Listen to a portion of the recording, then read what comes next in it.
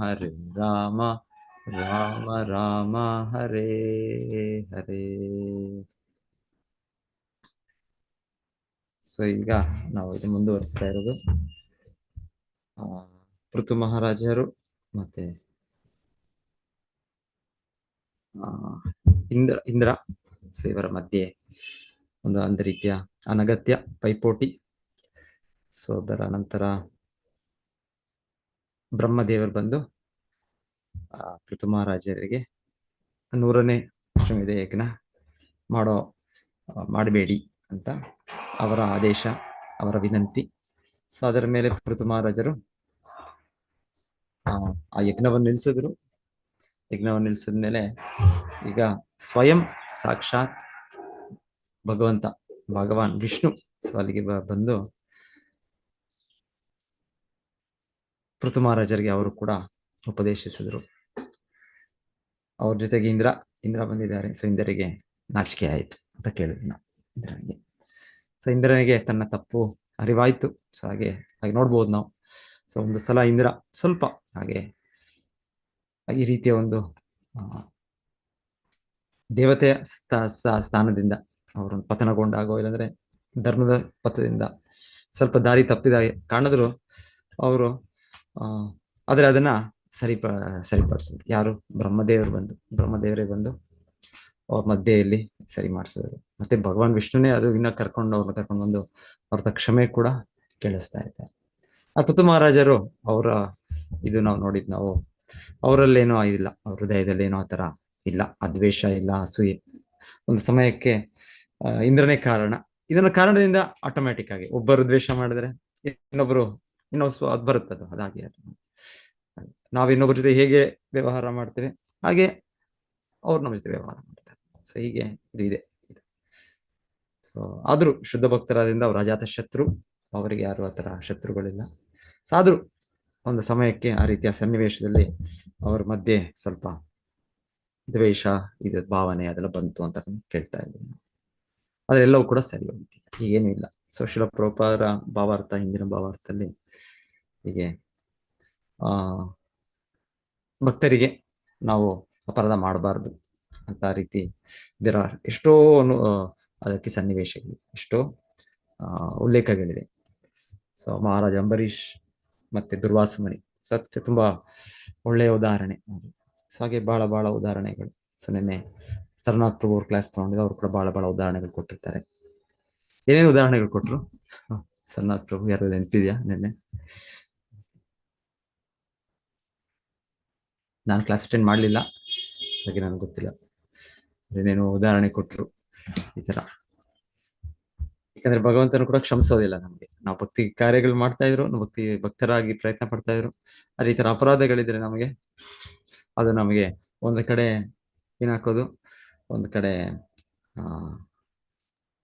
ಬೆಂಕಿನ ಹೊತ್ಸೋದು ನಾವು, ಇನ್ನೊಂದ್ ಕಡೆ ಅದಕ್ಕೆ ನೀರು ಹಾಕಿ ಅದನ್ನ ಇದು ಮಾಡೋದು. ಸೊ ಆ ರೀತಿ ಅಪರಾಧಗಳು ಹಾಗೆ ನಮಗೆ ಭಕ್ತಿಯಲ್ಲಿ ನಮಗೆ ಕೆಳಗೆ ಕರ್ಕೊಂಡು.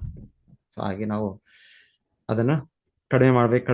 ಇದೆ ಸಹಜವಾಗಿ ನಾವಿರುವ ಹಂತದಲ್ಲಿ ಇದೆ ಅದು. ಆದ್ರೆ ಅದು ಕಡಿಮೆ ಆಗಿ ಅದನ್ನ ನಿಲ್ಲಿಸಬೇಕು. ಅದನ್ನ ಎಷ್ಟು ಬೇಗ ನಾವು ಕಡಿಮೆ ಮಾಡ್ತೇವೆ, ಎಷ್ಟು ತೀವ್ರವಾಗಿ, ಎಷ್ಟು ಪ್ರಾಮಾಣಿಕವಾಗಿ ಮಾಡ್ತೇವೆ, ಅಷ್ಟು ಬೇಗ ನಾವು ಪರಿಪೂರ್ಣತೆಯನ್ನು ಪಡಿತೇವೆ. ಇಲ್ಲಿ ಈ ಶ್ಲೋಕದಲ್ಲಿ ಇವತ್ತು ಹೇಗೆ ಪೃಥು ಮಹಾರಾಜರ ದೇಹದಲ್ಲಿ ಆತರ ಅಷ್ಟವಿಕಾರ, ಸೊ ಇದರ ನಮಗ್ ಬರ್ಬೇಕು ಅಂತ ನಮ್ಮಲ್ಲಿಲ್ಲ, ಯಾವುದು ಕಾಣಿಸ್ಕೊಳ್ಳೋದಿಲ್ಲ ಯಾವುದು. ಸೊ ಅದ್ ಬರ್ಬೇಕು ಅಂದ್ರೆ ನಾವು ಈ ಅಪರಾಧಗಳೆಲ್ಲ ನಾವು ನಿಲ್ಲಿಸ್ಬೇಕು ನಾವು. ಸೊ ನಿನ್ನೆ ಅವ್ರು ಇದೊಂದು ಉದಾಹರಣೆ ಹೇಳಿದ್ರ, ಗೊತ್ತಿಲ್ಲ ನಂಗೆ. ರೂಪ ಗೋಸ್ವಾಮಿ ಅವ್ರದ್ದು ಯಾವುದೋ ಒಂದು ಉದಾಹರಣೆ ಗೊತ್ತಿಲ್ಲ. ಯಾರಾದ್ರೂ ಅವ್ರಿಗೆ ಏನೇನು ಉದಾಹರಣೆಗಳು ಹೇಳಿದ್ರು? ಯಾರಾದ್ರೂ ಹೇಳ್ಬೋದು? ನಿನ್ನೆ ಯಾರು ಕ್ಲಾಸ್ ಅಟೆಂಡ್ ಮಾಡಿ ಪಡಬಾರ್ದು ಅಂತ ಹೇಳಿದ್ರು. ಸೊ ಮತ್ತೆ ಅದಕ್ಕೇನಾದ್ರು ಎಕ್ಸಾಂಪಲ್ಸ್ ಕೊಟ್ರ ಯಾರಾದ್ರೂ? ಭಕ್ತರು ಅಂಬರೀಷ್ ಮಹಾರಾಜ್, ಅದು ಉತ್ತಮ. ಪ್ರಹ್ಲಾದ್ ಮಹಾರಾಜ್, ಓಕೆ. ಯಾರು ಹಿರಣ್ಯಕಶಿಪು ಮಾಡಿದ್ದು ಅವ್ರಿಗೆ ಅಪರಾಧ? ಒಳ್ಳೇದು, ಕರೆಕ್ಟ್.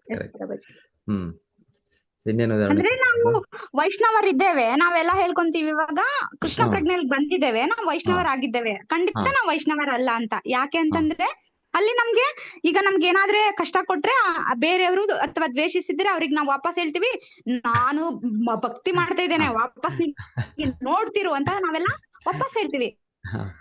ಆದ್ರೆ ಅಂಬರೀಷ್ ಮಹಾರಾಜ ಅವರೆಲ್ಲ ಏನ್ ಹೇಳಿದ್ರು, ಅವರನ್ನ ಕ್ಷಮಿಸ್ತಾರೆ. ಭಗವಂತನೇ ಸುದರ್ಶನ ಚಕ್ರ ಅದನ್ನ ಹೇಳಿದ್ರು ಪ್ರಭುಜಿ. ಎಸ್ ಪ್ರಭುಜಿ. ಸೊ ಅವ್ರಿಗೆ ಪ್ರತಿಭಟಿಸ್ಲಿಲ್ಲ. ಅಂಬರೀಷ್ ಮಹಾರಾಜ ಪ್ರತಿಭಟಿಸಬಹುದು, ಅವ್ರಿಗೆ ಆ ಶಕ್ತಿ ಇದೆ, ಅವ್ರಿಗೆ ಸುದರ್ಶನ ಚಕ್ರನೇ ನೋಡಿ ಅವರು ರಕ್ಷಿಸಿದ್ದಾರೆ. ಆದ್ರೆ ಪ್ರತಿಭಟಿಸದೆ ಅವರು ಏನಾಯ್ತು ನನ್ನಲ್ಲೇ ತಪ್ಪು ಅಂತ ಅವ್ರ ತಪ್ಪನ್ನೇ ಅವರು ನೋಡಕ್ಕೆ ಅವರು ಅನ್ವೇಷಣೆ ಮಾಡ್ತಾರೆ. 1 ವರ್ಷ ಸಮಯ, ಅಯ್ಯೋ ಆಯ್ತು ಅದು ಅವರ ಕರ್ಮ, ಯಾರ್ದು ದುರ್ವಾಸ ಮುನಿಯ ಕರ್ಮ, ಆಗ್ಲಿ ಅವ್ರು ಹಾಗೆ ಆಗ್ಬೇಕು, ಅವ್ರಿಗೆ ಸುದರ್ಶನ ಚಕ್ರ ಹಿಂದೆ ಹೋಗ್ತಾ ಇದೆ, ಹಾಗೆ ಆಟ ಆಡಿಸ್ಬೇಕು ಅವ್ರಿಗೆ ಅಂತ ಹೇಳಿ ಅವರು ಇದು ಮಾಡಿ, ನಾನಿವಾಗ ಆರಾಮಾಗಿ ನಂದು ಆಯ್ತು, ಇವಾಗ ಏಕಾದಶಿ ವ್ರತ ಆಯ್ತು, ನಾನಿವಾಗ ಆಹಾರ ತಗೋಣ, ನಾನಿವಾಗ ನನ್ನ ಇದು ಹಾಗೆ ಮಾಡ್ಲಿಲ್ಲ. ಅವರು ಕಷ್ಟದಲ್ಲಿದ್ದಾರೆ 1 ವರ್ಷ, ಇವರು ಕಾಯ್ತಾ ಇದ್ದಾರೆ. ಅವ್ರು ಅಯ್ಯೋ ಏನಾಯ್ತು, ದುರ್ವಾಸ ಮುನಿ ಎಲ್ಲೋದ್ರು, ನನ್ನ ಅತಿಥಿಯವರು ಅಂತ ದೊಡ್ಡ ವ್ಯಕ್ತಿಯವರು, ದೊಡ್ಡ ಋಷಿ ಮುನಿಗಳು. ಸೊ ಅಂತ ಅವ್ರಿಗೋಸ್ಕರ ಅವ್ರು ಕೂಡ ಪ್ರಾರ್ಥನೆ ಮಾಡ್ತಾ ಇದ್ದಾರೆ. 1 ವರ್ಷ ಅವ್ರು ಕಾದ್ರು ಅಂತ ಕೇಳ್ತೇವೆ ನಾವು.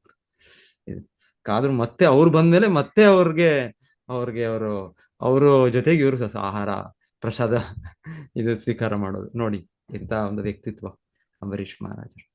ಎನಿವೆ, ಸೊ ಇದೆಲ್ಲ ನಾವು ಅನುಕರಣೆ ಸುಮ್ಮನೆ ಇದ್ ಮಾಡ್ಕೊಳ್ಬೋದು, ಇನ್ಸ್ಪಿರೇಷನ್ ನಮ್ಗೆ ಸ್ಫೂರ್ತಿ.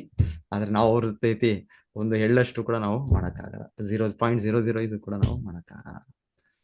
ಎಷ್ಟಪ್ಪ ಮಾಡಿದ್ರೆ ನಮ್ಮ ಪರಿಪೂರ್ಣತೆ ನಮ್ದು. ಅವರ ಗುಣಗಳಷ್ಟು ಸಿಕ್ಕರು ನಮ್ಗೆ ಸಾಕು. ಅವ್ರ ಗುಣನಿಧಿ ಅಂತ ಏನ್ ಹೇಳ್ತಾ ಇವಿ, ಶುದ್ಧ ಭಕ್ತರ ಗುಣ ಸಿಕ್ಬಿಟ್ರೆ ನಮ್ಗೆ ಅದು. ಸೊ ಇನ್ನ ಚೈತನ್ಯ ಚರಿತಾಮೃತ ಅವ್ರು ನಂಗೂ ಹೇಳ್ತಾರೆ ಮೊನ್ನೆ ಕ್ಲಾಸ್ ಮುಂಚೆ, ಅದ್ಯಾವುದೋ ಅದ್ವೈತಾಚಾರ್ಯರಿಗೆ ಚೈತನ್ಯ ಮಹಾಪ್ರಭು ಅವ್ರ ತಾಯಿಗೆ ಹೇಳೋದು ಅದು ಹೇಳಿದ್ರು, ಅವರು ಕ್ಲಾಸ್ನ ಹೇಳಿದ್ರು ಅನ್ಸುತ್ತೆ ಅವ್ರು. ಅದು ತುಂಬಾ ಒಳ್ಳೆ ಉದಾಹರಣೆ. ಅವ್ರು ಹೇಳ್ತಾ ಇದ್ರು ಅದೊಂದು ಇದೆ ಅಲ್ವಾ ಅಂತ ನಂತರ ಮೊನ್ನೆ ಹೇಳ್ತಾ ಇದ್ರು.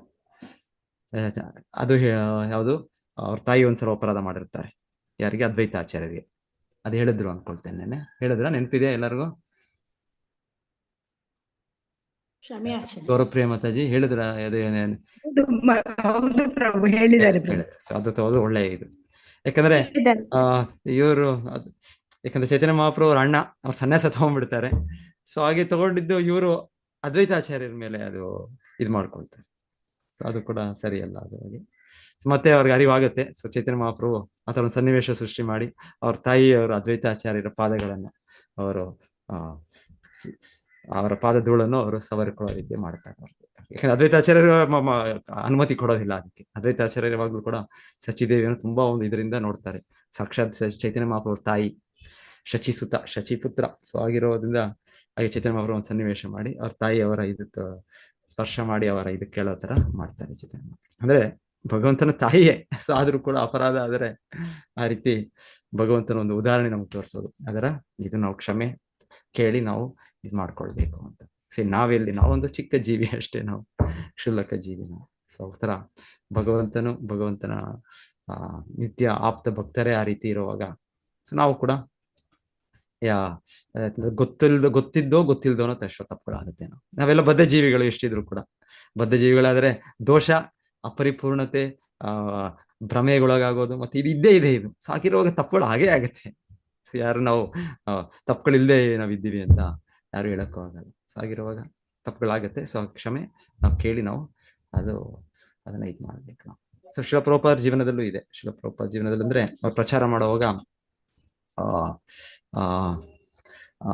ಅವ್ರ ಶಿಷ್ಯರು, ಪಾಶ್ಚಾತ್ಯ ಶಿಷ್ಯರು, ಸೊ ಒಮ್ಮೊಮ್ಮೆ ಅವರು ಶಿಲ ಪ್ರಭುಪಾದರ ಗಾಡ್ ಬ್ರದರ್ಸ್, ದೇವಭ್ರಾತೃಗಳು ಅವರ ಒಂದು ಮಠಕ್ಕೆ ಹೋದಾಗೋ ಅವರ ಇದಕ್ಕೆ ಹೋದಾಗ ಅವರು ಸ್ವಲ್ಪ ಏನಾದ್ರು ಶಿಲ ಪ್ರಭುಪಾದರ ಬಗ್ಗೆ ಅವರು, ಯಾಕಂದ್ರೆ ಶಿಲ ಪ್ರಭುಪಾದರು ಅವರು ಮೊದಲಿಗೆ ಅವರು ಗೃಹಸ್ಥ ಜೀವನದಲ್ಲಿದ್ದರು. ಸೊ ಗೃಹಸ್ಥಿದ್ದಾಗ ನಂತರ ಅವರೆಲ್ಲ ಶಿಲ ಪ್ರಭುಪಾದ ದೇವಭ್ರಾತೃಗಳು ಅವರೆಲ್ಲ ಗೌಡಿಯ ಮಠದಲ್ಲಿ ಬ್ರಹ್ಮಚಾರಿ ಸನ್ಯಾಸಿಗಳೇ, ಬಹಳ ಜನ ಸನ್ಯಾಸಿಗಳಾಗಿತ್ತು. ಅವರ ಗುರುಗೆ ಅವರು ನೇರವಾಗಿ ಅವರ ಸೇವೆ ಮಾಡಿದ್ದು, ಆದೇಶಗಳನ್ನು ತುಂಬಾ ವರ್ಷಗಳು ಮಠದಲ್ಲಿದ್ದೆ, ಮಂದಿರದಲ್ಲಿದ್ದೆ ಮಾಡಿದ್ರು. ಸೊ ಹಾಗೆ ಅವ್ರಿಗೆ ಶಿಲ ಪ್ರಭುಪಾದರು ಇಷ್ಟು ಮಾಡಿದ್ರು, ಅವ್ರಿಗೆ ಇವ್ರು ಎಷ್ಟಿದ್ರು ಒಂದು ಗೃಹಸ್ಥರು, ಇವರು ಇದು ವ್ಯಾಪಾರ ಜೀವನದಲ್ಲಿ ಇದ್ದವರು. ಸೊ ಈ ತರ ನಾವು ಇವ್ರಕ್ಕಿಂತ ಮೇಲೆ, ನಾವು ಮೊದಲಿಂದ ಸನ್ಯಾಸಿಗಳು, ಇಲ್ಲ ನಾವು ಬ್ರಹ್ಮಚಾರಿಯಾಗಿ ಸನ್ಯಾಸಿ ಆಗಿದ್ದು, ಆ ರೀತಿಯ ಒಂದು ಇರುತ್ತೆ. ಈಗ ನಮಗೂ ಕೂಡ ಆತರ ಭಾವನೆ ಇರುತ್ತೆ ಬೇರೆ ಭಕ್ತರು ನೋಡಿದ್ರೆ, ನಾವು ಮೊದಲಿಂದ ಎಷ್ಟೋ ವರ್ಷಗಳಿಂದ ಇಲ್ಲಿದ್ದೇವೆ, ಈ ತರ ಮಿಥ್ಯಾ ಅಹಂಕಾರ ನಮಗೆ ಮಾಯೆ ಪ್ರಭಾವದಲ್ಲಿ ಇರುತ್ತೆ. ಸೊ ಹಾಗೆ ಅವರು ಶಿಲ ಪ್ರಭುಪಾದರ ಬಗ್ಗೆ ಅವ್ರ ಶಿಷ್ಯರು ಇವ್ರ ಹತ್ರ ಹೋದಾಗ ಒಂದೊಂದ್ ಸ್ವಲ್ಪ ಶಿಲ ಪ್ರಭುಪಾದರ ಬಗ್ಗೆ ವಿಶ್ವಾಸವನ್ನು ಹೋಗೋ ರೀತಿಯಲ್ಲಿ ಅವರ ಒಂದು ಇದಿರ್ತಾ ಇತ್ತು. ಸೊ ಆ ಟೈಮಲ್ಲಿ ಶಿಲ ಪ್ರಭುಪಾದರು ಹೇಳ್ತಾರೆ, ನೀವು ಅಷ್ಟು ಅವರ ಜೊತೆಗೆ ನಮಸ್ಕರಿಸಿ ಅವ್ರಿಗೆ ಗೌರವಿಸಿ, ಆದ್ರೆ ಅವ್ರನ್ನ ಅಚ್ಚರ ಸಂಘ ತಗೊಳ್ಬೇಡಿ. ಸಂಘ ತಗೊಳ್ಳೋದಂದ್ರೆ ನಮ್ಮ ಮನಸ್ಸನ್ನು ಬಿಡಿಸಿ ಹೇಳೋದು, ದದಾತಿ ಪ್ರತಿಗೃಣಾತಿ ಭುಂಕ್ತೆ ಭೋಜಯತೆ ಚೇವ, ಇದು ಈ ರೀತಿ ನಾವು ಸಂಘ ತೆಗೆಯೋದಂದ್ರೆ. ಇಲ್ಲಾಂದ್ರೆ ನಾವು ಅಫಿಷಿಯಲ್ ಆಗಿ ಒಬ್ಬರ ಜೊತೆ ಗೌರವಿಸ್ತೇವೆ, ಒಬ್ಬರನ್ನ ದೂರದಲ್ಲೇ, ಮತ್ತೆ ಅವ್ರನ್ನ ಮೈತ್ರಿ ಸ್ವಭಾವ ಇರುತ್ತೆ. ಸೊ ಆ ರೀತಿ ಶಿಲ ಪ್ರಭುಪಾದರು ಅವ್ರ ಶಿಷ್ಯರಿಗೆ ಹೇಳ್ತಾರೆ ಈ ತರ. ಯಾಕಂದ್ರೆ ನಿಮಗೆ ಕನ್ಫ್ಯೂಷನ್ ಮಾಡ್ತಾ ಇದ್ದಾರೆ ಅವರು, ಗುರು ಮೇಲೆ ಆಚಾರ್ಯರ ಮೇಲೆ ನಮಗೆ ಒಲವು ಇರಬೇಕು, ಅವ್ರ ಮೇಲೆ ಗೌರವ ಇರಬೇಕು, ಮರ್ಯಾದೆ ಇರಬೇಕು. ಆದ್ರೆ ಯಾರಾದ್ರೂ ಅದನ್ನ ತಪ್ಪು ದಾರಿಯಲ್ಲಿ ಮಾಡ್ತಾರೆ. ಶಿಲ ಪ್ರಭುಪಾದರು ಅವರ ಶಿಷ್ಯರ ಭಕ್ತಿಯ ಇದಕ್ಕೆ, ಯಾಕಂದ್ರೆ ಎಲ್ಲ ಆರಂಭಿಕ ಭಕ್ತರು, ಸೊ ಅವರ ಒಂದು ಒಳ್ಳೇದಕ್ಕೆ ಶಿಲ ಪ್ರಭುಪಾದರು ಸ್ವಲ್ಪ ನಿರ್ದೇಶನಗಳು ಕೊಡ್ತಾರೆ. ಅವರೊಟ್ಟಿಗೆ ಅಷ್ಟು ನೀವು ಅಷ್ಟು. ಸೊ ಈ ರೀತಿ ಆಗತ್ತೆ. ಸೊ ಆದ್ರೆ ಹೇಳ್ತಾರೆ ಶಿಲ ಪ್ರಭುಪಾದರು ಇದೆಲ್ಲ ಆದರೂ ಕೂಡ ಕೊನೆಗೆ ಶಿಲ ಪ್ರಭುಪಾದರು ದೇಹ ತ್ಯಾಗ ಮಾಡೋ ಮುಂಚೆ, ಈ ಭೌತಿಕ ಲೋಕದಿಂದ ಭಗವದ್ಧಾಮಕ್ಕೆ ಹೋಗೋ ಮುಂಚೆ ಅವರು ಅವ್ರನ್ನ ಭೇಟಿ ಮಾಡಕ್ಕೆ ಇವ್ರು ಬರ್ತಾರೆ, ಯಾರೋ ಅವರ ದೇವಭ್ರಾತಗಳೆಲ್ಲ ಬರ್ತಾರೆ. ಸೊ ಶಿಲ ಪ್ರಭುಪಾದರು ಅವ್ರಿಗೆ ಕ್ಷಮೆ ಕೇಳ್ತಾರೆ. ಶಿಲ ಪ್ರಭುಪಾದರು ದೊಡ್ಡ ಭಕ್ತರು, ಆಚಾರ್ಯರು, ಶ್ರೀ ಚೈತನ್ಯ ಮಹಾಪ್ರಭು ಪ್ರತಿನಿಧಿಗಳು, ಸಾಧುರು, ಅಂತ ಮಹಾಭಾಗವತರು. ಅವರು ಕೂಡ ಅವರು ದೇಹ ಬಿಡಬೇಕು. ಸೊ ಆ ಸಮಯದಲ್ಲಿ ಅವರು ಬಂದಾಗ ಅವ್ರಿಗೆಲ್ಲರೂ ಕೂಡ ಗೌರವಿಸಿ, ನನ್ನಲ್ಲಿ ಏನೋ ತಪ್ಪಾಗಿದೆ, ನೀವು ದಯವಿಟ್ಟು ನನ್ನ ಕ್ಷಮಿಸಿ. ಸೊ ಈ ರೀತಿ ಶಿಲ ಪ್ರಭು ತುಂಬಾ ಒಂದು ವಿನಮ್ರವಾಗಿ, ಸೊ ಅವ್ರಿಗೆ ಕಾನ್ವರ್ಸೇಷನ್ಸ್ ರೆಕಾರ್ಡಿಂಗ್ಸ್ ಇದೆ, ಹಾಗೆ ಅದೆಲ್ಲ ಅದರದೆಲ್ಲ ಶಿಲ ಪ್ರಭುಪಾದರು ತೋರಿಸಿದ್ವಿ ಹೀಗೆ. ಸೊ ಅವ್ರದಲ್ಲೇನು ತಪ್ಪಿಲ್ಲ, ಆಚಾರ್ಯರೇನು ತಪ್ಪಿಲ್ಲ, ಆಚಾರ್ಯರು. ಆದ್ರೆ ಸನ್ನಿವೇಶ ಒಂದು ಇದರಲ್ಲಿ ಸಮಯದಲ್ಲಿ ಆ ರೀತಿ ಶಿಷ್ಯರಿಗೆ ಒಂದೊಂದು ನಿರ್ದೇಶನ ಕೊಟ್ಟು ಅವರ ಒಳ್ಳೇದಕ್ಕೋಸ್ಕರ, ಸಂಸ್ಥೆಯ ಒಳ್ಳೇದಕ್ಕೋಸ್ಕರ ಶಿಲ ಪ್ರಭುಪಾದರು ಕೊಟ್ಟಾರೆ. ಆದ್ರೆ ಆಚಾರ್ಯರಾಗಿ ಅವರು ನಮಗೆ ಆಚಾರವನ್ನು ತೋರಿಸ್ತಾರೆ. ಏನಿದೆ, ಸೊ ಬಹಳ ಛೋಟಾ ಹರಿದಾಸ್ ಹೇಳಿದ್ರು ಪ್ರಭುಜಿ, ಛೋಟಾ ಹರಿದಾಸ್ಗೆ ಶಿಕ್ಷೆಯನ್ನು ಕೊಟ್ರು. ಛೋಟಾ ಹರಿದಾಸ್ ಅವ್ರಿಗೆ ಯಾರ್ಯಾರು ಅಪರಾಧ ಮಾಡಿದ್ರು ಅವ್ರಿಗೆಲ್ಲ ಎಷ್ಟು ಶಿಕ್ಷೆ ಬಂತು ಅವ್ರಿಗೆ, ಒಂದು ರೀತಿ ಅದೇ ಹೇಳ್ತಾ ಇದ್ರಾ? ಪ್ರಭು, ಅಂದ್ರೆ ಅವರಿಗೆ ಶಿಕ್ಷೆಯನ್ನ ಕೊಟ್ರು ಅಂತ ನೀನೆ ಅದನ್ನೇ ಹೇಳಿದ್ರು, ಯಾರಿಗೆ ಶಿಕ್ಷೆ ಆಗ್ಬೇಕು ಅಂತ ಅವ್ರಿಗೆ ಶಿಕ್ಷೆ ಕೊಟ್ಟಿದ್ದಾರೆ. ಸೊ ಯಾರು ಜಮೀನ್ದಾರ ಇಲ್ಲ ಅಂದ್ರೆ ಇಲ್ಲ, ಛೋಟಾ ಹರಿದಾಸ್ಗೆ ಪ್ರಭುಜಿ. ಛೋಟಾ ಹರಿದಾಸ್ ಯಾವ್ದು ಸನ್ನಿವೇಶ ಬರುತ್ತೆ ಆತರ ಅಪರಾಧ? ಇಲ್ಲ ಅಂದ್ರೆ ಯಾರನ್ನ ನೋಡಿದ ಅಂತ ಹೇಳ್ಬಿಟ್ಟು, ಹೆಂಗಸರ ನೋಡಿದ್ದು ಒಂಥರ ಕಾಮನೆ ಇತ್ತು ದೇಹನೇ ತ್ಯಾಗ ಮಾಡ್ಕೊಂಡು ಅವ್ರು ಸರಿ ಹೋಯ್ತು ಅಂತ ಹೇಳ್ತಾರೆ ಅವರು. ಚೈತನ್ಯ ಮಹಾಪ್ರಭು ಅವನು ಮಾಡಿದ ತಪ್ಪಿಗೆ ಅವ್ನ ಶಿಕ್ಷೆಯನ್ನ ಅನುಭವಿಸಿದ. ಹೌದು, ನಮಗೆ ಇದು ಹೇಳ್ಬೋದಲ್ವಾ ಪ್ರಭುಜಿ, ಸಾರ್ವಭೌಮ ಭಟ್ಟಾಚಾರ್ಯರ ಸೀನಿಯರ್ ಹರಿದಾಸ್ಗೆ ನೀವು ಹೇಳ್ಬೋದು, ತುಂಬಾ ಇದೆ ಎಕ್ಸಾಂಪಲ್ಸ್. ಸೀನಿಯರ್ ಹರಿದಾಸ್ ಠಾಕೂರ್ ಅವ್ರದ್ದು ಅಲ್ವಾ, ಅಪರಾಧ ಮಾಡಿದ್ರಿಂದ ಅವ್ರಿಗೆ ಶಿಕ್ಷೆ ಆಗತ್ತೆ. ಒಂದ್ ಕಡೆ ಯಾರು ಅದು ಒಬ್ಬ ಬ್ರಾಹ್ಮಣ ಸಭೆಯಲ್ಲಿ, ತೆರೆದ ಸಭೆಯಲ್ಲಿ ಅವರು ಈ ಭಕ್ತಿಯಿಂದ ಕೇವಲ ಜಪದಿಂದ ಉನ್ನತಿ ಆಗುತ್ತೆ, ಪರಿಪೂರ್ಣತೆ ಪಡುತ್ತೀರಾ ಅಂದ್ರೆ ಅವ್ರು ನಂಬೋದಿಲ್ಲ. ಆಗ ನಿಮ್ಮ ಮೂಗನ್ನು ಕತ್ತರಿಸ್ಬಿಡ್ತೇನೆ ಅಂತೆಲ್ಲ, ಕೊನೆಗೆ ಅವ್ರಿಗೆ ಲೆಪ್ರಸಿ ಬಂದು ಅವ್ರದೇ ಕುಷ್ಠರೋಗ. ಸೊ ಆ ಸನ್ನಿವೇಶ ಇದೆ. ಮತ್ತೆ ಇನ್ನೊಂದು ಸನ್ನಿವೇಶ, ಆ ಜಮೀನ್ದಾರ್ ಆ ವೇಷೆಯನ್ನು ಕಳಿಸ್ತಾರೆ. ಆ ವೇಷೆಯನ್ನು ಕಳಿಸಿ ಅವ್ರು ಹರಿದಾಸ್ ಠಾಕೂರರು ಅದನ್ನ ಅವ್ರನ್ನೇ ಬದಲು ಮಾಡ್ಬಿಡ್ತಾರೆ. ಅವರು ಕೂಡ 3 ಲಕ್ಷ ನಾಮ ಜಪ ಮಾಡುವಷ್ಟು ಶುದ್ಧ ಭಕ್ತರಾಗ್ಬಿಡ್ತಾರೆ. ನಾಮದ ರುಚಿ ನಮ್ಗೆ 16 ಸುತ್ತು ಜಪ ಮಾಡೋದು ಕಷ್ಟ ಆಗಿದೆ ನಮ್ಗೆ, ಅವರು 3 ಲಕ್ಷ ನಾಮ ಮಾಡುವಷ್ಟು ಅವ್ರಿಗೆ ಆ ರೀತಿಯ ಬದಲಾವಣೆ ಅವ್ರಿಗೆ ತರಬೇಕು ಅಂದ್ರೆ ಹರಿದಾಸ್ ಠಾಕೂರರ ಕೃಷ್ಣ ಶಕ್ತಿ ಅದು. ಸೊ ಅದ ನಂತರ ಏನಾಗುತ್ತೆ, ಆ ಜಮೀನ್ದಾರನಿಗೆ ಅವನಿಗೆ ನಿತ್ಯಾನಂದ ಪ್ರಭು ಅಲ್ಲಿ ಭೇಟಿ ಕೊಟ್ಟು, ಆಮೇಲೆ ಅವನು ಅದೇ ಗೌರವ ನಿತ್ಯಾನಂದ ಪ್ರಭು ಮಾಡ್ತಾನೆ. ಆಕ್ಚುಲಿ ನಿತ್ಯಾನಂದ ಪ್ರಭು ಬಂದದ್ದು ಇವ್ರು ಶಿಕ್ಷಿಸ್ಲಿಕ್ಕೆ, ಒಂದು ಸನ್ನಿವೇಶ, ಒಂದು ಕಾರಣ ತಗೊಳ್ಳಿಕ್ಕೆ. ಸೊ ಅವನು ನಿತ್ಯಾನಂದ ಪ್ರಭುಗೂ ಮತ್ತೆ ಆ ಗೌರವ ಕೊಡ್ತಾನೆ. ಆ ನಿತ್ಯಾನಂದ ಪ್ರಭು ಮುಖ್ಯ ಕಾರಣ ಏನು, ಹರಿದಾಸ್ ಠಾಕೂರ್ಗೆ ಇವರು ಏನು ಈ ತರ ಅಪರಾಧ ಮಾಡಿದ್ದಾರೆ. ಆ ಕಾರಣದಿಂದ ಹರಿದಾಸ್ ಠಾಕೂರ್ ಆ ಹಳ್ಳಿ ಬಿಟ್ಟು ಹೋಗ್ಬೇಕಾಯ್ತು. ಸೊ ಹಾಗೆ ಹರಿದಾಸ್ ಅವ್ರನ್ನ ನಂತರ ಅವ್ರನ್ನ ಫುಲ್ ನಾಶ ಆಗುತ್ತೆ. ಸೊ ಅದು ಕೂಡ ನೋಡಿದ್ವಿ, ಅಂದ್ರೆ ಶಿಕ್ಷೆ, ಅಪರಾಧಕ್ಕೆ ಶಿಕ್ಷೆ ಅಂತ ರೀತಿ. ಮಾತಾಜಿನ ಹೇಳ್ತಾರೆ ಮತ್ತೆ ಚಂದ್ರಿಕಾ ಪ್ರಭುಜಿ.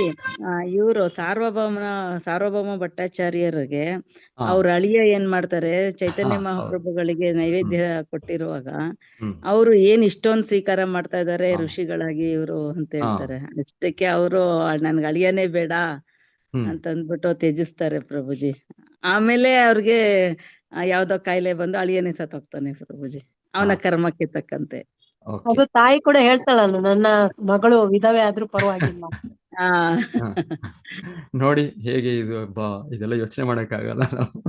ಅಮೋಘ ಅಮೋಘ. ಭಕ್ತಿ ಮುಂದೆ, ಕೃಷ್ಣನ ಅಮೋಘ. ಮುಂದೆ ಎಂತ ಸಂಬಂಧ ಹಾ ಕಡ್ಕೊಳ್ಳೋದಕ್ಕೂ ರೆಡಿ ರೆಡಿ ಇರ್ತಾರೆ ಇರ್ತಾರೆ ಪ್ರಭುಜಿ ಅವರು. ಹಾ ಭಕ್ತರು.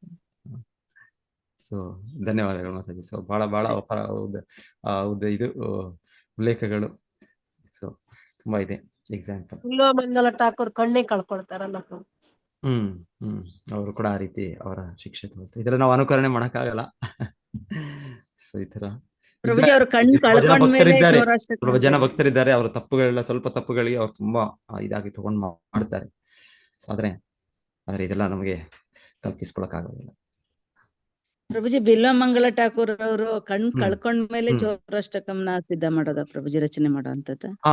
ಹೌದು ಮಾತಾಜಿ. ಎಲ್ಲ ನೋಡಿ ಅವರೆಲ್ಲ ಕೃತಿಗಳೆಲ್ಲ ಅವರೆಲ್ಲ ನಂತರನೇ, ಅವರು ಶುದ್ಧ ಭಕ್ತರು, ಅವ್ರ ಆಚಾರ್ಯರು ಬೃಂದಾವನಕ್ಕೆ ಹೋಗಿ ಸೊ ನಂತರವೇ ಅವರು. ಹೌದು ಪ್ರಭುಜಿ. ಹರೇ ಕೃಷ್ಣ. ಆಕ್ಚುಲಿ ಅವ್ರು ಹೇಳೋದು ಹಿಂದಿನ ಜನ್ಮದಲ್ಲೇ ಅವರು ತುಂಬಾ ಉನ್ನತ ಭಕ್ತರು. ಏನೋ ಒಂದು ಆಕಸ್ಮಿಕವಾಗಿ ಏನೋ ಒಂದು ಸನ್ನಿವೇಶವಾಗಿ ಅವರು ಪತನಗೊಂಡಿರ್ತಾರೆ ಅಷ್ಟೇ. ಅವರು ಅಂದ್ರೆ ಮತ್ತೆ ಜನ್ಮ ಪಡಿಬೇಕಾಗತ್ತೆ. ಇಲ್ಲಾಂದ್ರೆ ತುಂಬಾ ಉನ್ನತ ಭಕ್ತರು ಹಿಂದೆ ಜನ್ಮದಲ್ಲೇ. ಮತ್ತೆ ಅವ್ರು ಹಾಗೆ ಅವರು ಆ ಪ್ರೇರೇಪಣೆಯಲ್ಲಿ ಸಿಕ್ಕಿ ಅಲ್ಲಿಂದ ಸ್ಟಾರ್ಟ್ ಮಾಡ್ತಾರೆ. ಅಲ್ಲಿಂದ ಎಲ್ಲಿಂದ ಬಿಟ್ಟಿರ್ತಾರೋ ಅಲ್ಲಿಂದ ಮತ್ತೆ ಅಷ್ಟು ಹಾಗಾಗಿ ಅಷ್ಟು ಅವ್ರಿಗೆ ದೃಢ ನಿಶ್ಚಯ ಅವ್ರಿಗೆ. ಸೀರಿಯಸ್ ಪ್ರಭುಜಿ ಮತ್ತೆ ಯಾಕೆ ಪ್ರಭುಜಿ ಅವ್ರು ಹಾಗೆ ಮಾಡಿದ್ರು? ವೈಶ್ಯ ಸಹವಾಸ ಯಾಕೆ ಮಾಡಿದ್ರು? ಈಗ ನಾವು ಈ ಜನ್ಮದಲ್ಲಿ ಮಾಡಿದ್ರೆ ಒಂದ್ 60% ಮಾಡಿದ್ರೆ ಮುಂದಿನ ಜನ್ಮದಲ್ಲಿ 61% ಇಂದ ನಾವು ಭಕ್ತಿ ಮಾಡ್ತೀವಿ ಅಂತ ಹೇಳ್ತಾರೆ. ಹಾಗಾದ್ರೆ ಇವ್ರು ಯಾಕೆ ಬಿಲ್ವಮಂಗಲ ಠಾಕೂರ್ ಒಂದ್ ಸ್ವಲ್ಪ ಅವ್ರ ತಂದೆ ಶ್ರಾದ್ದ ದಿನನೂ ಆ ವೈಶ್ಯನ ನೆನ್ಸ್ಕೊಂಡು ಅಲ್ಲಿಗೆ ಹೋಗ್ತಾರಲ್ಲ, ಅದು ಹೇಗೆ ಪ್ರಭುಜಿ? ಇಲ್ಲ, ಒಂದು ರೀತಿ ಶುದ್ಧ ಭಕ್ತರಿಂದ ಅದಾಗೋದು ನಮ್ಗೆ ಉದಾಹರಣೆ. ಮಾಯೆ ಅನ್ನೋದು ತುಂಬಾ ಪ್ರಭಾವಶಾಲಿ ಮಾಯಾ. ಸೊ ಅಂತ ಅವಾಗ ನಮ್ಗೆ ಇಂದ್ರಿಯಗಳು ಇಷ್ಟು ಇದು ಅಂತ ದೊಡ್ಡ ವ್ಯಕ್ತಿಗಳಿಗೆ ಆಗ್ಬೇಕಾದ್ರೆ ನಾವೇ ಸೊ ಅಂತ ನಮಗೆ ಇದು ಬಹಳ ಸಮಯ ಈ ತರ ಉನ್ನತ ವ್ಯಕ್ತಿಗಳಲ್ಲಿ ಆಗೋದು ಇದು ಅವರ ದೋಷ, ಅವರ ಲೋಪಕ್ಕಿಂತ ಹೆಚ್ಚಾಗಿ ನಮಗೆ ಉದಾಹರಣೆ ಆಗಿ ಅದಾಗುತ್ತೆ. ಬ್ರಹ್ಮದೇವರದು ಒಂದ್ಸಲ ಉದಾಹರಣೆಗಳಿದೆ. ಇದೆಲ್ಲವೂ ನಮಗೆ ಆಗಿ ಉದಾಹರಣೆಯಾಗಿ ಭಗವಂತನು ಸೃಷ್ಟಿಸೋದು ಇದೆಲ್ಲ ಲೀಲೆಗಳು ಅನ್ಸುತ್ತೆ. ಇವರ ವಿಚಾರವಾಗಿ ನಾನು ನೇರವಾಗಿ ಪ್ರಭುಪಾದ ಕೇಳಿಲ್ಲ, ಅದೇ ಭಕ್ತರ ಹೇಳೋದು ಕೇಳ್ತೀನಿ. ಆತರ ಏನೋ ಹಿಂದಿನ ಜನ್ಮದಲ್ಲಿ ಅನ್ಸುತ್ತೆ ಯಾರು ಇವರು ಬಿಲ್ವಮಂಗಲ ಠಾಕೂರ್ ಅವರು ಆಲ್ರೆಡಿ ಭಾವಭಕ್ತಿ ಆ ಸ್ಟೇಜ್ ಅಲ್ಲಿ, ಯಾರು ಈ ಭರತ್ ಮಹಾರಾಜರು ಇರ್ತಾರೆ ಅವ್ರದ್ದು ಕೂಡ ಅಲ್ಲಿಂದನೇ ಭಾವಭಕ್ತಿಯಿಂದ ಇದೇನು ಲಕ್ಷಣಗಳು ಹೇಳ್ತಾ ಇದ್ದಾರೆ ಇದೆಲ್ಲ ಆಲ್ರೆಡಿ ಸ್ಟಾರ್ಟ್ ಆಗಿತ್ತು ಅವ್ರಿಗೆ. ಆದರೂ ಅವರು ಜಿಂಕೆಗೆ ಸ್ವಲ್ಪ ವ್ಯಾಮೋಹ ಬೆಳೆಸಿ ಅವ್ರು ಪತನಗೊಳ್ತಾರೆ ಭರತ ಮಹಾರಾಜರು. ಅದೇ ರೀತಿ ಇವರು ಕೂಡ ಬಿಲ್ವಮಂಗಲ ಠಾಕೂರ್ ಅದೇ ಸ್ಟೇಜ್ 8th ಸ್ಟೇಜ್ ಭಾವ ಆಲ್ರೆಡಿ ಆ ಲಕ್ಷಣಗಳು ಬರ್ತಾ ಇದೆ.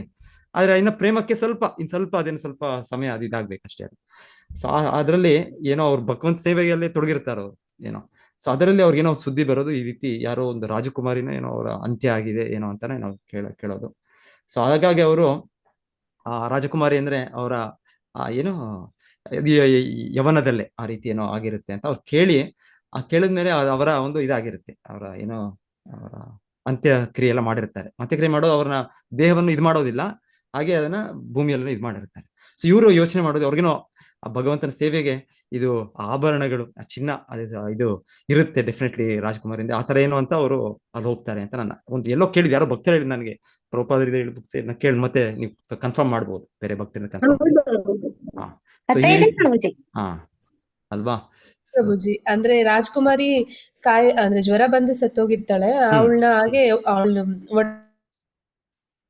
ಮಾಡ್ತಾನೆ ರಾಜ, ಅಂದ್ರೆ ಜೊತೆಗೆ ಅವ್ರನ್ನ ಇದು ಮಾಡಿರ್ತಾರೆ. ಆಗ ಇವ್ರು ಅಲ್ಲಿಗೆ ಉಡ್ಕೊಂಡು ಹೋಗಿರ್ತಾರೆ. ಅಂದ್ರೆ ಇವರು ವೈಷ್ಣವರು, ಯಾವಾಗ್ಲೂ ವೈಷ್ಣವರ ಸೇವೆ ಮಾಡ್ತಾ ಇರ್ತಾರೆ. ಅವ್ರಿಗೆಲ್ಲ ಪ್ರಸಾದ ಕೊಡೋದೆಲ್ಲ ಮಾಡ್ತಾ ಇರ್ತಾರೆ. ಅದಕ್ಕೆ ಅವತ್ತು ಅವ್ರ ಹತ್ರ ಹಣ ಖಾಲಿ ಆಗ್ಬಿಡುತ್ತೆ. ಸರಿ, ಆಗ ಅಲ್ಲಿ ಹೋದಾಗ ಗೊತ್ತಾಗುತ್ತೆ ಅವ್ರಿಗೆ ಅಲ್ಲಿ ಹೆಣದ ಮೇಲೆ ಅಷ್ಟೊಂದು ಒಡವೆ ಇರುತ್ತೆ. ಎತ್ಕೊಳಕ್ ಹೋಗ್ತಾರೆ, ಅವಳ ಆತ್ಮ ಬಂದು ತಡಿಯುತ್ತೆ. ಇಲ್ಲ, ನೀನ್ ಆ ರೀತಿ ಮಾಡ್ಬೇಡ, ನಾನ್ ಬೇಕಿದ್ರೆ ನಿನ್ ಬೇರೆ ಕೊಡ್ತೀನಿ.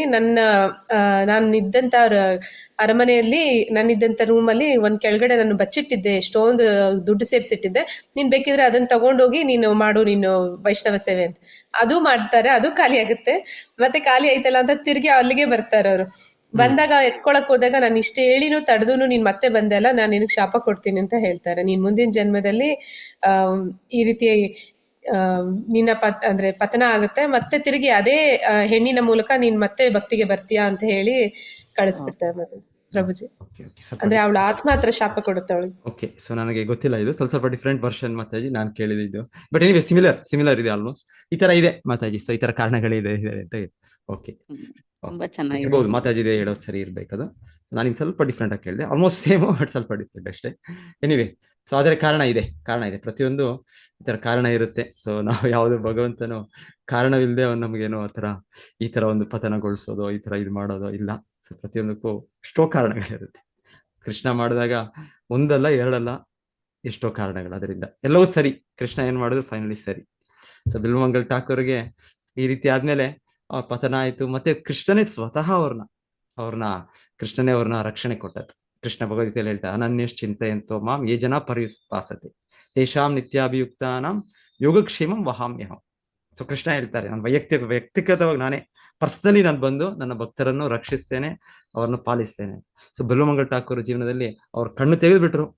ನಾವು ಕಣ್ಣು ತೆಗೆದ್ಬಿಟ್ರೆ ಏನೋ ಅಯ್ಯೋ ನಮ್ಮನ್ನ ಜನರಿಗೆ ನನಗೆ ಈ ರೀತಿ ರೋಗಗಳು ಬರಬಾರ್ದು, ಅಯ್ಯೋ ನನ್ನ ಫ್ಯಾಮಿಲಿ ಅವ್ರು ನನ್ನ ಈ ರೀತಿ ಅವರು ಸಫರ್ ಮಾಡೋದು, ಅವರು ನನ್ನ ನೋಡ್ಕೊಳ್ಬೇಕು, ನಾನು ಚೆನ್ನಾಗಿ ಆರೋಗ್ಯವಾಗಿದ್ದಾಗೆ ನಾನು ದೇಹ ಬಿಟ್ಬಿಟ್ರೆ ಈ ತರ ಎಲ್ಲ ನಾವು ಯೋಚನೆ ಮಾಡ್ತೇವೆ. ಈ ತರ ಎಲ್ಲ ಆದ್ರೆ ಇವಾಗ ಕಣ್ಣಿಲ್ಲ, ಇನ್ನೊಂದಿಲ್ಲ ಅಂದ್ರೆ ಡೆಫಿನೆಟ್ಲಿ ನಾವು ಇನ್ನೊಬ್ರು ಡಿಪೆಂಡ್ ಆಗ್ಬೇಕು, ನಮ್ಮ ಕುಟುಂಬದವರು, ನಮ್ಮ ಇನ್ನೊಬ್ರು ಮಾಡ್ಬೇಕು.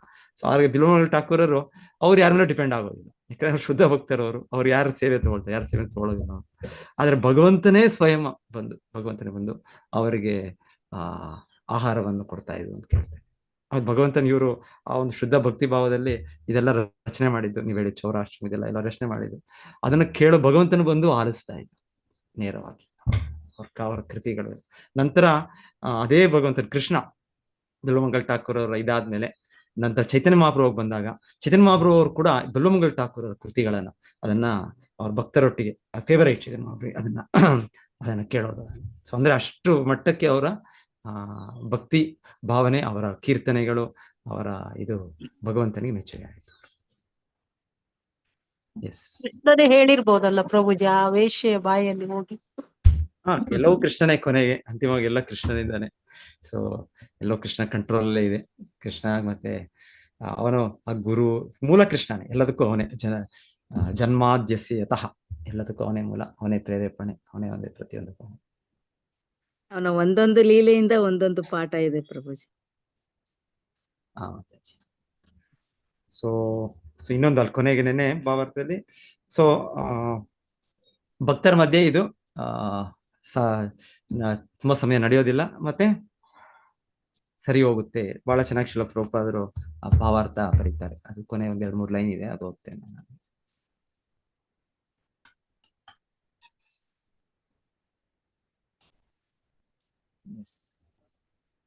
ಇಂದ್ರನು ಪೃಥು ಮಹಾರಾಜನು ಪರಸ್ಪರ ಕುಪಿತರಾಗಿ ವೈರವನ್ನು ಬೆಳೆಸಿಕೊಂಡಿದ್ದರು. ಆದರೆ ಇಬ್ಬರು ಭಗವಾನ್ ವಿಷ್ಣುವಿನ ಪಾದ ಸೇವಕರಾದ ವೈಷ್ಣವರಾಗಿರುವುದರಿಂದ ಮಾತ್ಸರ್ಯದ ಮೂಲ ಕಾರಣವನ್ನು ಪರಿಹರಿಸಿಕೊಳ್ಳುವುದು ಅವರ ಕರ್ತವ್ಯವಾಗಿದ್ದಿತು. ವೈಷ್ಣವರ ನಡುವೆ ಇರಬೇಕಾದ ಸಹಕಾರ ನಡವಳಿಕೆಗೆ ಇದು ಉತ್ತಮ ಉದಾಹರಣೆ, ಕೋಆಪರೇಟಿವ್ ಬಿಹೇವಿಯರ್.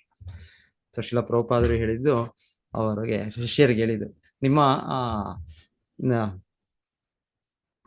ಪ್ರೀತಿ ನನ್ನ ಮೇಲೆ ನಿಮಗೆ ಇರೋ ಪ್ರೀತಿ ಅದು ಇವಾಗ ಹೇಗೆ ವ್ಯಕ್ತವಾಗುತ್ತೆ ಅಂದ್ರೆ, ನೀವು ನಿಮ್ಮ ಮಧ್ಯೆ ಎಷ್ಟು ಸಹಕರಿಸಿಕೊಂಡು ಹೋಗ್ತೀರಾ ಅಂತ ಶ್ರೀಲ ಪ್ರಭುಪಾದ ಮಾತಿದೆ.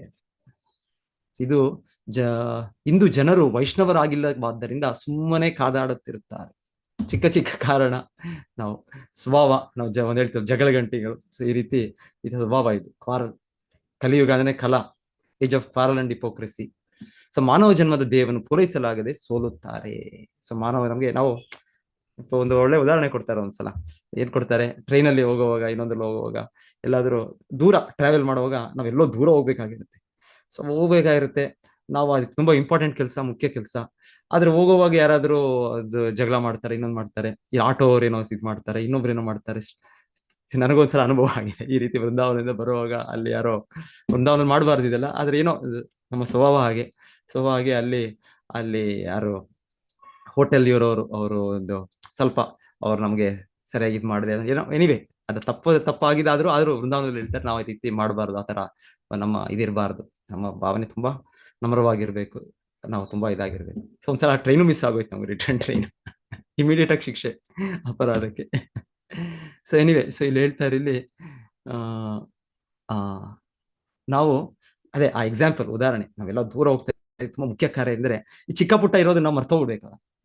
ಯಾರೋ ಬಂದು ಅಲ್ಲಿ ಆಕ್ಸಿಡೆಂಟ್ ಮಾಡ್ತಾರೋ, ಇನ್ನೊಬ್ರು ಬಂದು ಜೋರಿಗೆ ನಾವು ಅಯ್ಯೋ ನಾ ಅಲ್ಲಿ ಹೋಗ್ಬೇಕು ಇಲ್ಲಿ ಹೋಗ್ಬೇಕಂತ ಇರೋದ್ರಿಂದ ಇವ್ರ ಜಗಳ ಮಾಡ್ಬಿಟ್ಕೊಂಡ್ರೆ ನನಗೆ ಅಲ್ಲಿ ಹೋಗಕ್ಕಾಗಲ್ಲ. ಅಲ್ಲಿ ಟ್ರೈನ್ ಮಿಸ್ ಆಗ್ಬಿಡುತ್ತೆ, ಇನ್ನೊಂದು ಮಿಸ್ ಆಗ್ಬಿಡುತ್ತೆ, ಫ್ಲೈಟ್ ಮಿಸ್ ಆಗ್ಬಿಡುತ್ತೆ. ಸೊ ನಾವು ಅಲ್ಲಿಗೆ ಹೋಗ್ಬೇಕು. ನಾವು ಸಾಕಿದಾಗ ಚಿಕ್ಕ ಪುಟ್ಟ ಇದ್ರಲ್ಲಿ ನಾವು ಹೇಗೆ ಇದು ಮಾಡ್ತೀವಿ, ಅಯ್ಯೋ ನನ್ನ ಮೇಲೆ ಈಗ ದುರ್ಗೊಟ್ಟು ನೋಡ್ತಾ ಇದೆಯಾ, ಅಯ್ಯೋ ನನ್ನ ಹೇಗೆ ಇದು ಮಾಡ್ತಾ ಇದೆಯಾ, ಸೊ ಈ ಥರ ಮಾಡ್ಕೊಂಡಿದ್ರೆ. ಇಲ್ಲ ಒಂದೊಂದ್ಸಲ ಟ್ರೈನಲ್ಲಿ ಟ್ರಾವೆಲ್ ಮಾಡುವಾಗಲೂ ಲಾಂಗ್ ಡಿಸ್ಟೆನ್ಸ್ ಜರ್ನಿ ಇದ್ರೆ ಸೊ ಸ್ವಲ್ಪ ಸಮಯ ಯಾರೋ ಬರ್ತಾರೆ, ಅವರು ಸರಿಯಾಗಿ ಅವ್ರ ವ್ಯವಹಾರ ಸರಿಲೇ ಇರ್ಬೋದು, ಅವರು ನಮಗೆ ಒಂಥರ ಅಸಮಾಧಾನ ಆಗ್ಬೋದು. ಆದ್ರೆ ನಾವು ಅವ್ರ ಜೊತೆ ಜಗಳ ಮಾಡ್ಕೊಳಕ್ ಕೂತ್ಕೊಳಕ್ಕಾಗತ್ತ? ನಮ್ಮ ಉದ್ದೇಶ ಅಯ್ಯೋ ನಾನು ಹೋಗ್ಬೇಕು, ನನ್ನ ಅಲ್ಲಿ ರೀಚ್ ಆಗುತ್ತೆ, ನನ್ನ ಮನೆಗೆ ನಾನು ರೀಚ್ ಆಗುತ್ತೆ. ತುಂಬಾ ಸಮಯ ಆಯ್ತು ಮನೆಗೆ ಹೋಗಿ, ನಾನು ಎಷ್ಟೋ ದಿವಸಗಳಾಯ್ತು, ಎಷ್ಟೋ ವರ್ಷ ಆಯ್ತು. ಸೊ ಹಾಗೆ ಇರ್ಬೋದು ಸನ್ನಿವೇಶಗಳು. ಸೊ ನಮ್ಮ ಉದ್ದೇಶವನ್ನ ಮುಂದೆ ಇಟ್ಕೊಂಡು ಈ ಚಿಕ್ಕ ಪುಟ್ಟ ಇದನ್ನು ಮರ್ತಿಡ್ಬೇಕು. ಆ ರೀತಿ ತುಂಬಾ ಒಳ್ಳೆ ಉದಾಹರಣೆಗಳು ಆಚಾರ್ಯರು ಭಕ್ತರು ಕೊಡ್ತಾರೆ. ಇಲ್ಲಿ ಹೇಳೋದು ಮಾನವ ಜನ್ಮ ದೇವನು ಪೂರೈಸಲಾಗದೆ ಸೋಲುತ್ತಾರೆ. ಈಗ ಜಗತ್ತಿನಾದ್ಯಂತ ಕೃಷ್ಣ ಪ್ರಜ್ಞಾ ಆಂದೋಲನ ಪ್ರಸಾರಿಸುವ ಅಗತ್ಯ ಬಹಳವಾಗಿದೆ.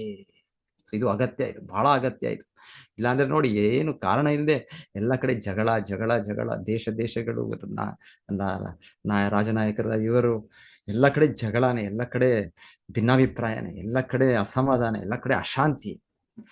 ಜನರು ಆಗಾಗ ಪರಸ್ಪರ ಕ್ಷುದ್ಧರಾಗಿ ದ್ವೇಷವನ್ನು ಬೆಳೆಸಿಕೊಂಡರೂ ಅವರಲ್ಲಿರುವ ಕೃಷ್ಣ ಪ್ರಜ್ಞೆಯಿಂದಾಗಿ ಆ ದ್ವೇಷ, ಸ್ಪರ್ಧೆ, ಮಾತ್ಸರ್ಯಗಳನ್ನು ಪರಿಹರಿಸಿಕೊಳ್ಳುವುದು ಕಷ್ಟವಲ್ಲ. ಆಮೇಲೆ ಈ ವಿನಾಕಾರಣ ಈ ಸ್ಪೋರ್ಟ್ಸ್, IPL ಇದು ಎಲ್ಲ ಸುಮ್ಮನೆ ಇಲ್ಲದೆ ಇರೋ ದ್ವೇಷ, ಇಲ್ಲದೆ ಇರೋ ಆಗ್ಲೇ ಇದೆ ನಮ್ಮ ಮಧ್ಯೆ, ವ್ಯಕ್ತಿಗಳ ಮಧ್ಯೆ, ಜನಾಂಗಗಳ ಮಧ್ಯೆ, ಇದೆಲ್ಲ ಇದಿದೆ. ಆದ್ರೆ ಈ ಸ್ಪೋರ್ಟ್ಸ್ ಇದ್ರೆ ನಾವು ಈ ಟೀಮ್ ಜೊತೆ ಇದು ಮಾಡ್ಕೊಂಡು, ಆ ಟೀಮ್ ಜೊತೆ ಇದು ಮಾಡ್ಕೊಂಡು, ಸೊ ಇದು ವೈರ ಭಾವ, ದ್ವೇಷ ಭಾವ ನೋಡ್ತೀವಿ. ಇದೆಲ್ಲ ಸೊ ಇದೆಲ್ಲ ಅನಾವಶ್ಯಕ ಚಟುವಟಿಕೆಗಳು, ಅನಾವಶ್ಯಕ ಸಮಯ ವ್ಯರ್ಥ, ಕಾಲ ವ್ಯರ್ಥ, ಜೀವನ ವ್ಯರ್ಥ. ಸೊ ಇದು ಆಗ್ಬಾರ್ದು. ಸೊ ಆದ್ರೆ ನಾವು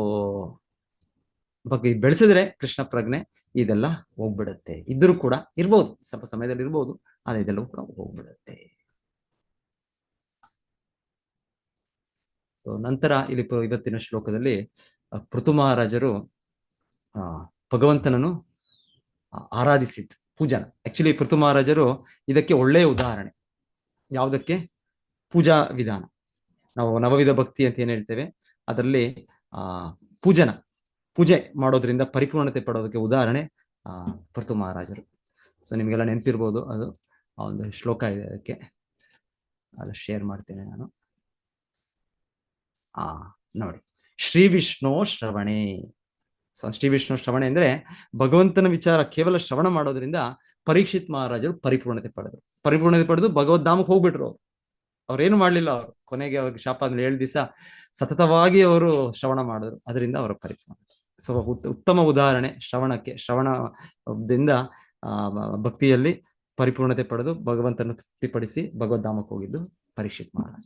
ಹಾಗೆಯೇ ಪರೀಕ್ಷಿತ್ ಅಭವತ್ ವಯಾಸಕಿ ಕೀರ್ತನೆ.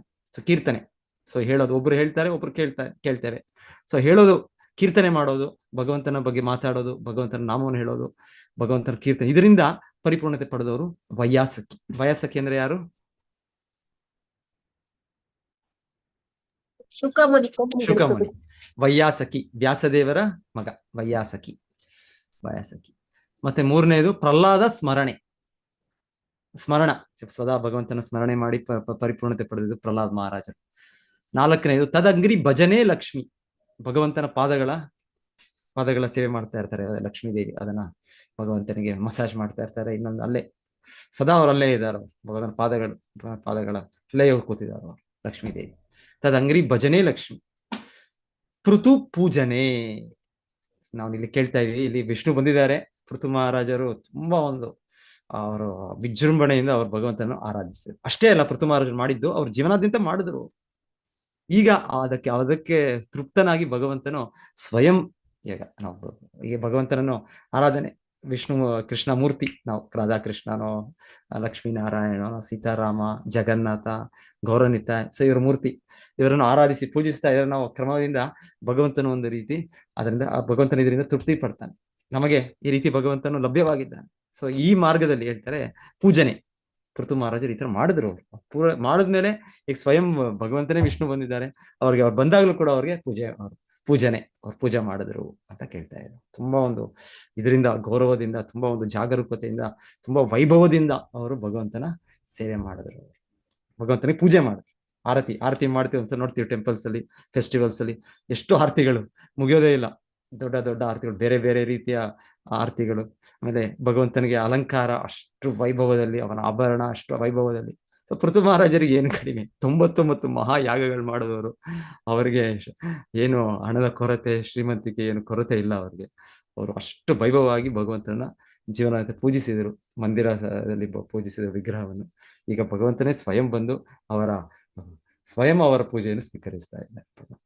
ಪೃಥು ಪೂಜನೆ ಅಕ್ರೂರ, ಹಾಗೆ ಅವರ ಪ್ರಾರ್ಥನೆಗಳಿಂದ ಭಗವಂತನನ್ನು ತೃಪ್ತಿಪಡಿಸ್ತಾರೆ. ಕಪಿಪತಿರ್ ದಾಸ್ಯ, ಹನುಮಾನ್ ಅವರು ವಜ್ರಾಂಗಜಿ, ಅವರು ದಾಸ್ಯ ಭಾವ, ಶ್ರೀರಾಮನ ಸೇವಕನಾಗಿ ಅವರು ಪರಿಪೂರ್ಣತೆ. ಅಥ ಸಖ್ಯ ಅರ್ಜುನನು ಸ್ನೇಹಿತನಾಗಿ ಕೃಷ್ಣನಿಗೆ ಅವರ ಪರಿಪೂರ್ಣತೆ. ಸರ್ವ ಸ್ವಾತ್ಮ ನಿವೇದನೆ ಬಲಿರ್, ಆತ್ಮನಿವೇದನ, ಸಂಪೂರ್ಣ ಶರಣಾಗತಿ ಬಲಿ ಮಹಾರಾಜರ ಉದಾಹರಣೆ. ಅಭೂತ್ ಕೃಷ್ಣಾಪ್ತಿರ್ ಏಷಾಂ ಪರ. ಸೊ ಹೀಗೆಲ್ಲ ಇವರೆಲ್ಲ ಪರಿಪೂರ್ಣತೆ ಪಡೆದವರು. ಹರೇ ಕೃಷ್ಣ. ನಾನು ಇಲ್ಲಿಗೆ ನಿಲ್ಲಿಸ್ತೇನೆ, 9 ಗಂಟೆ ಆಯ್ತು. ಹರೇ ಕೃಷ್ಣ. ಎಲ್ಲರಿಗೂ ಧನ್ಯವಾದಗಳು.